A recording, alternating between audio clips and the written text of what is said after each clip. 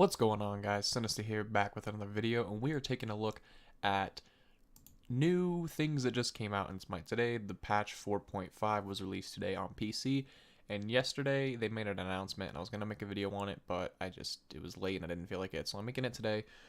But they announced that rituals are removed from Smite completely.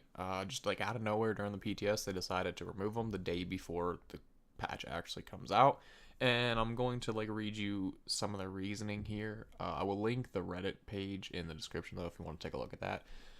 But basically they wanted rituals to be powerful late game choice. They could swing the game in a different way. But at the high levels of play and competitive and ranked, teams relied on them late game, and it kind of just made it unfair that you could just have a makeup. Oh, if you messed up your abilities and completely whiffed it, you can just combat blink out, or you could just teleport away, something like that, just for a cheap 750 to 1,000 gold. Come later game when you have excess amounts of gold. So they just kind of covered up your mistakes, and it was just hiding the less skillful players from exploiting those.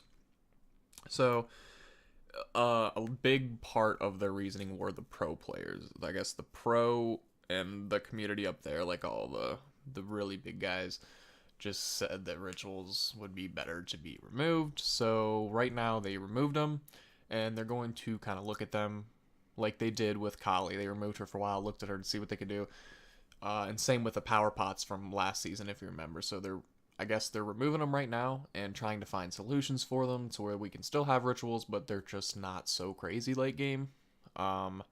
Maybe make them cost 2,000 to 3,000, make them a power pot, make them that expensive. Could be an option. I'm not quite sure. I don't know how well they or how often they would get used then, but that would definitely not make them so powerful late game. So the final version, they said they're going to keep us updated. So that's basically it. Just rituals being removed, all of them completely. So, and I know a lot of people are upset, mainly because of Frenzy. They're saying, well, can you just bring Frenzy back as an active now?